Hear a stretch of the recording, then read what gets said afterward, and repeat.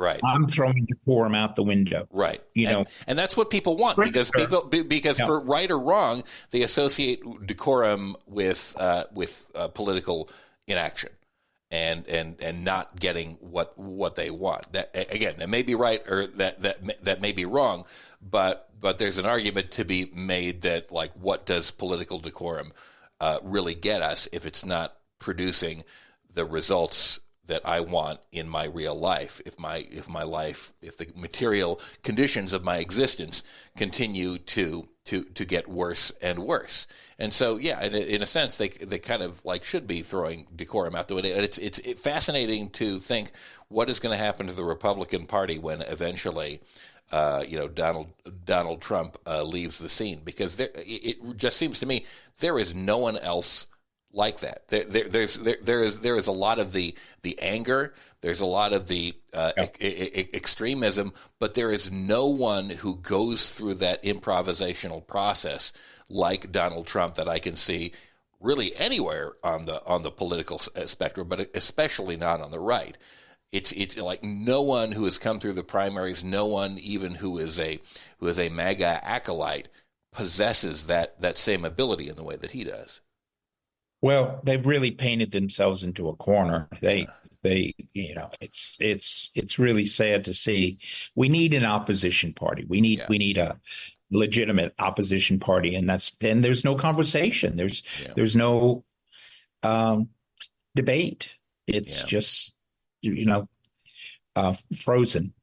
But that the nation was it started with such of throwing decorum out the window, throwing tea into the Massachusetts Bay, and kicking the king out of America. And improv was what America was. It was an improvisation. It created the first written constitution, which people were creating a nation by. And it was an errand into the wilderness. And errand means, it contains a root meaning to err, to make a mistake. Which is human, by the way. Improvisations allow for mistakes. Making mistakes is the way forward. Yeah. Now that's a very good point. In comic improv, there are no mistakes. Yeah. Because your hot cognition reacts to mistakes in the environment, to anomalies. That's that tiger coming through the cane brake. Yeah. That's an anomaly, and you've got to react quickly to it. So in comic improv, when you do a yes and, the weirder the weirder the response to that call, the better, because it takes it into wonderful unknown, never before seen territory, which is bread and butter of improv. Yeah, no, that's absolutely right, and it makes it seem, for someone who disagrees with Trump politically, like, how could somebody possibly believe this? This is ridiculous. He's going off on this one tangent or another, and yet fundamentally, to the people who are inclined to agree with him anyway, it acts as a very effective binding mechanism, because they get where he's going, and they have no intention of taking him literally, but they take him very seriously as someone who is responding directly in this weird parasocial relationship with them.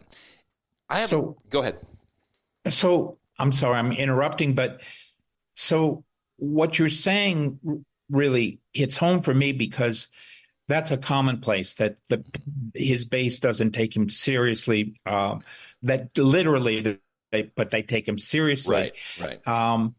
And where I take that is, so, for example, they know that he's not going to bring coal back. Right. That's not going to happen. But the serious meaning of that crazy idea is, listen, just as I'm throwing the decorous rules of political discourse out the window, Right. so too I will throw political discourse out the window so I can be there for you. Right. That's what they hear. Right. And, it's ridiculous because he's only there for himself. It's a much more effective way of saying, this kind of thing that I hear, progressive-minded people say again and again, and, probably rightly so, I hear you. You can right. say the words "I hear you," or you can go through these like processes that actually demonstrate that on a more visceral level you are actually hearing them. And for all of his faults, that is a quality that Trump possesses. What are your thoughts? Assuming that they do happen in 24, about what the debates will look like and what kind of strategy Joe Biden should take against Donald Trump, who obviously can, because of the qualities we've been talking about, be very dangerous on that kind of platform. Well, he's got to be prepared to deal with he's got to Trump be prepared to improvise again. leaving the podium and looming over him. Yeah. He's got to have a response to that. Yeah. And I like the way in this last State of the Union he kept saying, it's time for the truth. Mm-hmm. It's time for true facts. Yeah. And it's hard to deal with Trump because he just slides all over the place. But I'm afraid I'm not the person to advise him on how to deal with Trump in a debate. I guess I hope he practices making a lot of mistakes, because if he only practices getting it right, I think that in itself is not an adequate strategy for dealing with the way that Trump operates. I think Trump deliberately, again, as we've discussed in those crowds, he throws out things that he knows inevitably are not going to play, and he tests them out. And I think Joe Biden needs to, at least rhetorically, in the sense that Trump does, make those mistakes and practice doing that and figure out where his real improvisational zone is.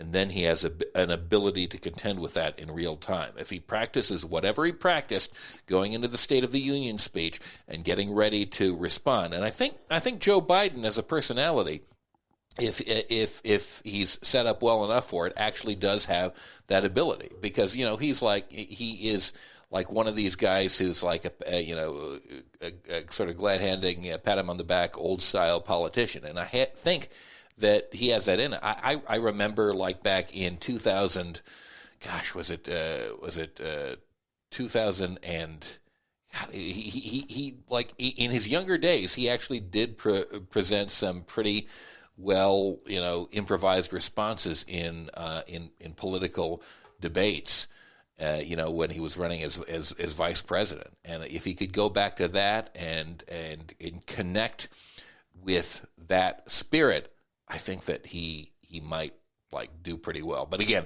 I have no idea if the debates are actually going to take place. I think your point about practicing mistakes is a really good one. Yeah. There's a great moment in Sam Wasson's great book on improv, on comic improv, Improv Nation, it's called, how America created this great art, something like that. He quotes Stephen Colbert, who had lost his father and brother in a plane crash. That's right. And became very depressed and went off to Northwestern and was so dysfunctional that one of his teachers told him that he should get some help because he feared during class that Colbert was going to hit him. So anyway, a friend of his took him to Second City, and he saw improv, and he saw that these people were moving forward. He was a theater and philosophy major, so he had some theater background, and he saw that these theater people move forward by means of mistakes. Yeah. And he realized that, the universe seemed to be telling him that, the rules really didn't function, that you could lose your father like that overnight. Yeah. And if he could, and if in this art mistakes didn't matter, then he decided that night that improv was going to be his career. Yeah. And he's a great improviser. He absolutely is. I like the Colbert Report, playing the character that he did and doing the improvisation. I mean, that I think is the best platform for improv that I can remember in my. It's such a wonderful opportunity for a virtuoso improviser to, like, the interviews that he did in character, having to like maintain that character and do the improvisations in the moment were nothing short of genius. And I so long for those days when he was playing that character as opposed to himself, because as good a host as he is, he's a better like improviser. Doing that, and I think that is great. And if maybe that's the ticket. Maybe watching old episodes of the Colbert Report is part of the regime that Biden could use. Maybe the way forward is to make him the vice presidential candidate. That would be fantastic. On the Biden ticket, huh? There you go. Okay, I am for Biden Colbert 2024. Randy Fertel is the author of Winging It, Improv's Power and Peril in the Time of Trump. It has been a wonderful and fascinating conversation, and I really appreciate you being with us today on Facepalm America. Well, I appreciate you having me. It's been a delight. Thank you, Beowulf. Thank you so much for being with us today on Facepalm America. I want to let you know that 2 Squared Media Productions creates this show. You can find out more at 2squaredmediaproductions.com. Ace Elson and Rosabelle Hine are the producers of the show. Thank you to them. And I want to ask you, if you could, when you're on Apple Podcasts, if you're listening to this, and I know many of you are, or if you're on Spotify, or another platform that allows you to rate and review this show, please do that. It really helps us. It boosts us in terms of engagement, in terms of visibility, and really makes a difference. It only takes a couple of minutes. Give us a nice review and say some kind words if you can, and we would be greatly appreciative. And until next time, enjoy the day.